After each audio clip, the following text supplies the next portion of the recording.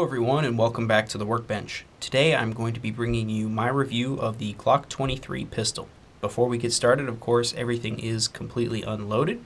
There is no ammunition in the chamber, nothing in the magazine well, no ammunition in the magazine, and no ammunition present anywhere on the workbench. The Glock 23 Gen 3 MSRPs for $599. You can find them for an average price right around $499, but if you don't mind a used model, you can find them for about $349, which is a great price. This is a semi-automatic striker-fired pistol. It is a compact pistol chambered in the .40 Smith & Wesson. That round averages about 38 cents per round for the Winchester white box ammunition, and if you want a good personal defense round, like a Hornady critical defense, you're looking at about $1.05 per round. The frame, of course, is polymer. The slide is a Tenefer-coated ordnance-grade steel. The finish, Glock finish, everything's matte. You can get this in a blued version as well if you so choose. The weight of the unloaded gun, as you see here, is 21.5 ounces. The weight of the empty magazine is 2.5 ounces. The weight of both of those together, 24 ounces. The weight of a full magazine with 13 rounds of the Hornady Critical Defense 165 grain FTX is going to be 9 ounces. Now, you'll notice this is not a 13 round magazine, and we'll touch on that in a bit. But the weight that you got to concern yourself with is a full magazine plus one in the chamber, the carry weight, and that is 30.5 ounces, so really not that heavy. Overall length of the gun, as measured from the muzzle to the back of the back strap here, the bottom of the grip, is 7.3 inches. The overall height of the gun, as measured from the bottom of the magazine to the top of the sights, is going to be 5 inches right on the dot. The overall width of the slide comes in at 1 inch. Overall width of the grip, 1.18 inches. The widest part of the gun is 1.25 inches, and that's right down here along the thumb rest area. Barrel length is 4 inches. Magazine capacity is 13 rounds. This one is 10 rounds, as I said before, but of course these will accept larger magazines, larger capacity magazines. Trigger pull weight, this one here, this is an older Gen 3, and we'll touch on that in a bit as well, but this comes in right around 7 pounds, little on the heavy side. Trigger type, of course, is double action only, or the Glock safe action trigger. Sights on this one is actually an old upgraded night sights, but typically they come with the standard Glock, U rear sight, and the front sight is just a white dot. Typical sights are going to be polymer. These are not. These are upgraded, so these are actually steel. The safeties on this, safe action trigger, there's no external manual safety on this Glock. Really, on any Glock, there was a model that they came out with for the Austrian Army when they first came into being that has an external manual safety that looks kind of funny for a Glock, but if you can find one, they are definitely collector's items. Intended purpose for this firearm is concealment, personal defense, home defense, training. Really, the uses are almost endless. You can do so many different things with this gun. Options, about the same thing. I mean, there are really all kinds of options out there for Glocks as a whole, but also the Glock 23, Glock 19 family. Accessories, really anything that you can put on the rail up front here. There's Talon grips, lights, lasers, etc. Again, if your funds are endless, your options are endless. But now for the real reason you're watching this review, and that is, what do I think about it? Well, before we touch on that, let's talk a little bit about this magazine capacity that I talked about before.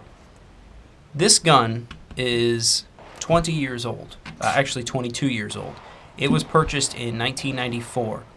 This magazine is only 10 round capacity because during that time there was the assault weapons ban that was in effect, and as part of that, magazine capacity for handguns was only allowed to be 10 rounds. So while the Glock 23 magazines have a 13 round capacity, these ones were modified to only allow for 10 rounds.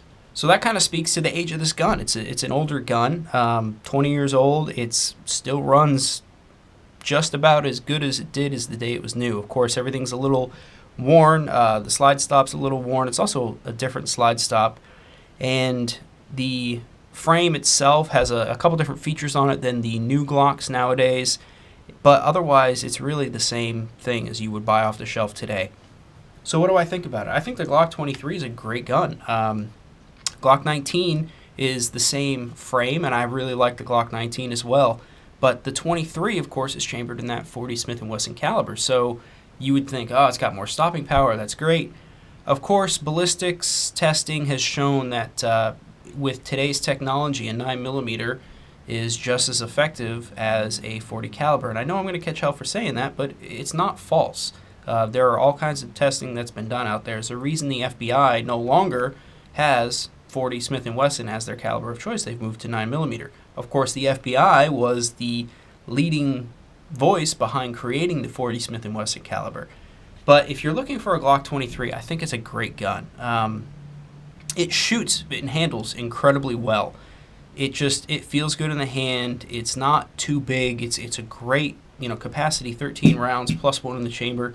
You're really not giving up much capacity over the 9mm version. Of course, you can always buy a conversion barrel. So let's talk a little bit about that.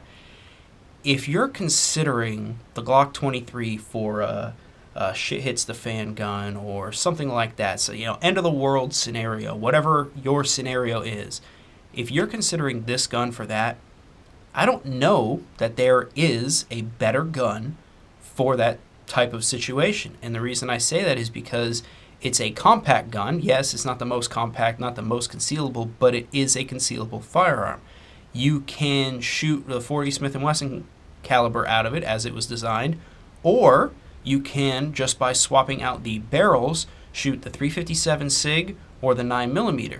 Additionally, if you swap out the entire slide assembly and change it to the 22 long rifle caliber, you could shoot that. Of course, you would need different magazines for that. But you could shoot 4 calibers out of this firearm. Yes, some modifications are needed, but if you're thinking end of the world type of stuff, a gun that shoots 4 different calibers is a good thing to have, because it's all about what is available to you. If all you have available is 40 Smith & Wesson, obviously in its stock configuration this would do you great, but if you come across a shortage of 40s but you have a ton of 357 SIG and you happen to have a 357 SIG barrel, you just swap out the barrels and you can shoot that. So it's a great choice if that's what you're going for. I don't know that there are options out there better than this one for that type of situation. Now, if you're not in it for the end of the world and you're just looking for a good everyday gun to carry as a personal defense and you really don't like the 9mm cartridge for whatever reason, the 40 is a great option. And this Glock 23, again, if you don't mind buying a used firearm, you can have them for really inexpensive. I mean, $350, $380. Police trade-ins, they might have a roll stamp on it somewhere that says, law enforcement or whatever it might say, but it's really a great gun to have, even as a trade-in, as a used model. The one plus you get from a used model is that it's been thoroughly inspected before going for resale. In addition to that, it usually comes with upgraded sights. So in summary, the Glock 23 is a fantastic pistol. You really can't go wrong with Glock as a manufacturer, and the 23 is a great gun that shoots reliably, handles very well, is incredibly ergonomic, and just gets the job done. With that, I will say thank you all very much for watching. Please feel free to leave comments and questions below. I will talk to you again very soon.